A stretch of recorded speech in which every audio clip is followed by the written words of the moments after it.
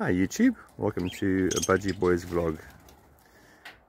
Now we've had 3 babies in this loft, Aviary, and you can see them on the ground there.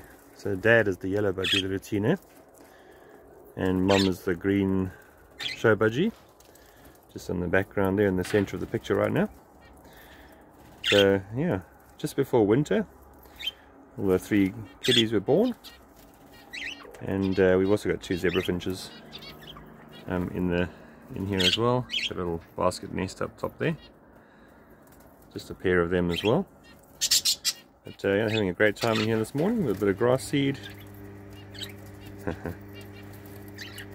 the male zebra finch and the female in the background there.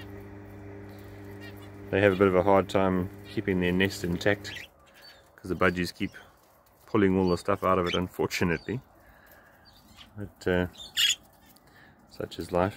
I'm trying to give them another option. Yeah, they're having a good time and the babies are doing very well. It's nice seeing them growing up. They're very playful at this age as well. Very fun birds to have. In this particular aviary, we have a little aviary strapped onto a larger aviary.